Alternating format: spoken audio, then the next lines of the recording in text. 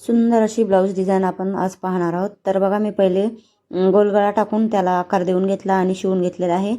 त्यानंतर आता आपल्याला इथं कॅनव्हासवरती गळ्याचा आकार द्यायचा आहे। तर आता इथं गळा डिझाईन करायची म्हणून मी कॅनव्हासवरती 1.5 इंचाची मार्किंग करून अशा प्रकारे आकार देऊन घेणार आहे।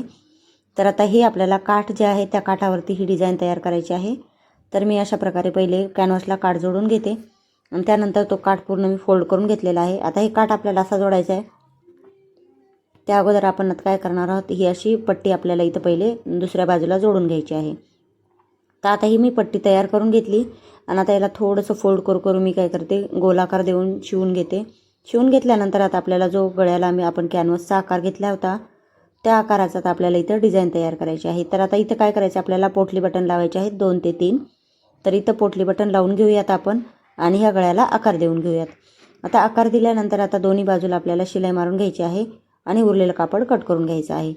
आता दोन्ही बाजूला शिलाई मारल्यानंतर आता पाठीची पट्टी जोडून घ्यायची सगळ्यात शेवटी पूर्ण गळा तयार झाल्यानंतर आणि अशा प्रकारे गळा डिझाईन तयार झाली।